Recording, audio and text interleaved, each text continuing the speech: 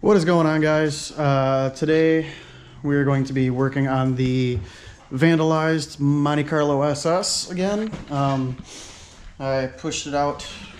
I didn't push it out. I drove it out, parked it in the yard because I had some work on other vehicles to do. And last time you guys seen, we did a detail. I guess we didn't even do a detail. We just vacuumed everything out of the inside. So there's that's good. Yeah, so there's no more glass in the car. We still have to take it over and get detailed. That still does that. The driver's side floor is still wet a little bit, which I kind of expected that to happen. And still need to get a rear thing, and honestly I'm probably not going to do that. I'm just going to tint the windows. That way nobody ever sees it. So yeah, it's back inside. Brought it back in the other day, and I really need to get this thing together because it's just sitting for no reason. Starts, runs, and drives. Whenever I've asked it to, I let it sit outside for 2 or 3 weeks, and it started right up. So yeah, just need to make it stop now, and then I can take it over and get plates for it, because I don't have plates for this yet, and I really shouldn't drive it on expired plates that aren't mine. But okay, that's a noise again. Thank you, much appreciated. So I'm gonna jack up the car, put jack stands under it, get what I need to do to bleed the brakes, and we are going to go from there. I will set the camera down and get working on that.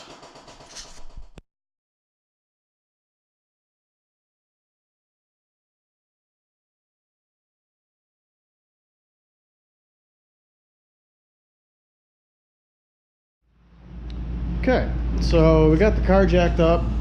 All 4 wheels, sounds terrible. All 4 wheels off the ground. Typically you want to make sure you have it level. I mean, it's level-ish. Yeah, close enough, whatever.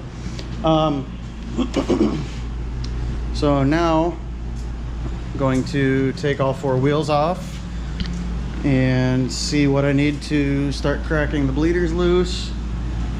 A lot of people have different opinions on how to bleed the brakes. I really don't care what you think. I'm gonna do it the way that I've done it for years. It works most of the time, and then other times that it hasn't, I just need to do it once more.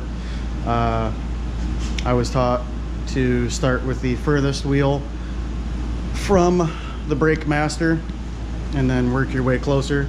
So I typically start with the passenger rear, move over to the driver rear, then the passenger front, then the driver front. If that's not how you do it, that's cool. I mean, if you want to put in the comments how you do it, that's fine. I'm honestly probably not going to care too much about that, honestly. Whatever. So yeah, I'm going to take the wheels off, and we will go from there.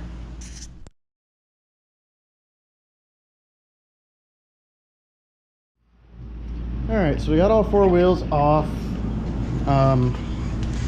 Brake rotors just look disgusting. Just terrible. Which means the pads aren't going to look much better. Yeah, that's great.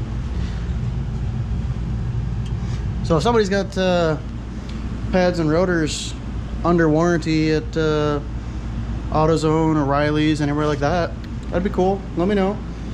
You know, hook it up. Anyway, whatever. Yeah, rears aren't much better. They got to be replaced before I actually put this thing on the road, because those are honestly terrible. And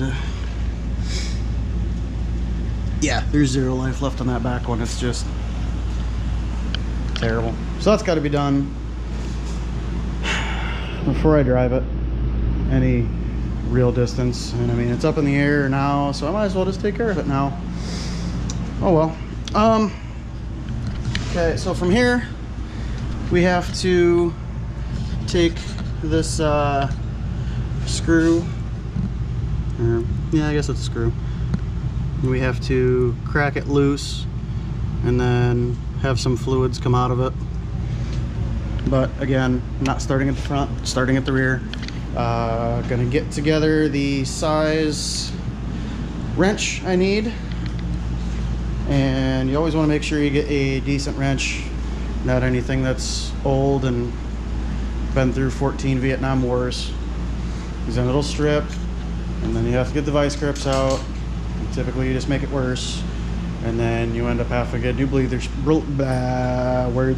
have to get a new bleeder screw, or worse, a whole new caliper. So I'm gonna dig through this pile of tools and yeah, try to find the right size. One day I will organize this. I probably won't. Alright, so found the wrench and ratchet socket combo dealio. I've already broken this one loose and tightened it back up. I just wanted to make sure that there would be fluid flowing out of it. Luckily, this one had the rubber cap on the back of it, or top of it rather, not the back. And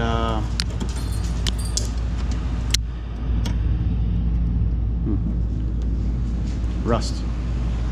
Anyway, this one had the rubber cap on it, so it wasn't rusted up at all, and it came loose pretty easy with the ratchet. So this one's broke loose, so I can go ahead and gravity bleed this, and then once sufficient fluid has come out, I can work on coming up with a setup to bleed this myself, because I don't believe I'm going to be able to find my vacuum bleeder. Alright, so I got that gravity bled, came out fine. I mean, I could see evidence of that one working, so I knew there wasn't too much air in that one. And it was the other side brake line that was cut. Took me a few minutes to come up with a solution, seeing as how I'm by myself. Everybody's either at school or at work. Furnace just kicked on.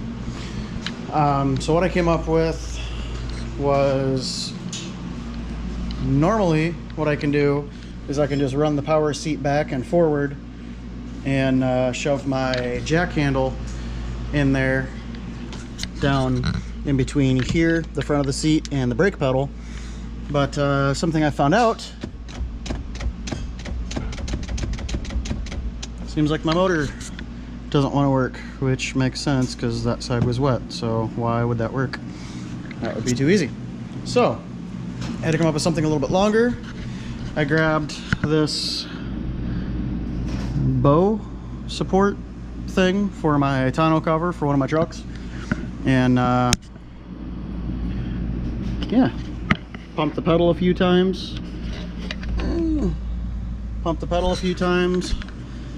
rested up against the seat back, tilted the seat forward and pulled it forward. And it's not going to be the best, but what is this? Why would one do that? That's dumb. Anyway, so yeah, it's not the best, but it will work. It will push fluid out, and it will work. So here, right, oops, sorry, holding the flashlight with my mouth if it sounds like I have something phallic shaped in there. Sorry. So yeah, here we go.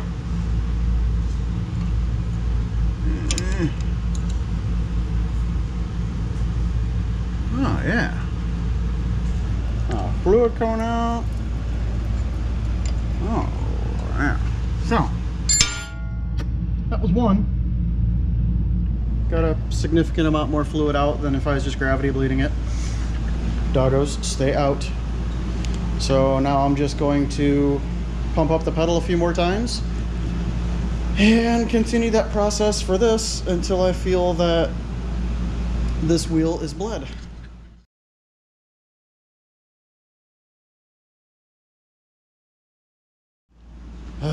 Marsh, get out of the way. Pets. Yeah, so I haven't seen a single bit of air come out of this cylinder. This brake caliper, sorry, it's late for me, work third shift. Gonna move on to the next side and start there. Gravity bleed that. And then the passenger's front and the driver's front. And you guys seen the process once, you're not gonna wanna see it 4 more times. Three more times, you're not gonna wanna see it that many more times. So I will check back when this is all said and done. All right, guys, so remember that time when I said that you want to be careful breaking your bleeders loose for the first time,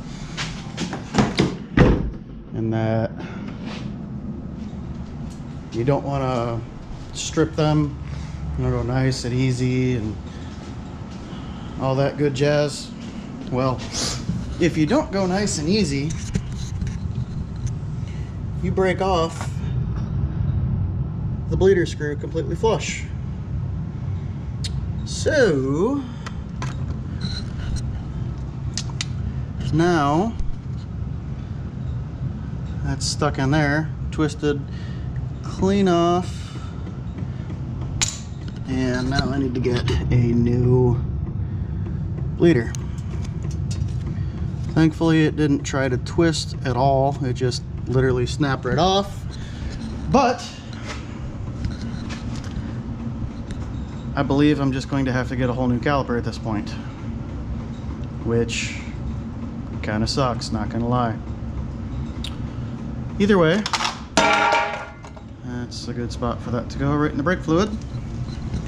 So you know what, guys, I'm going to call it a day, because obviously I can't do any more. Have to run to the parts store, and it's snowing. Not terribly bad, but not like I can actually drive this car today anyway, because it doesn't have plates and whatever. So yeah, that stupid noise. Anyway, guys, I'm gonna call that a day. Thanks for watching. Have a great day. Please like, comment, subscribe, share. Tell me how stupid I am. Tell me what you guys want to see next.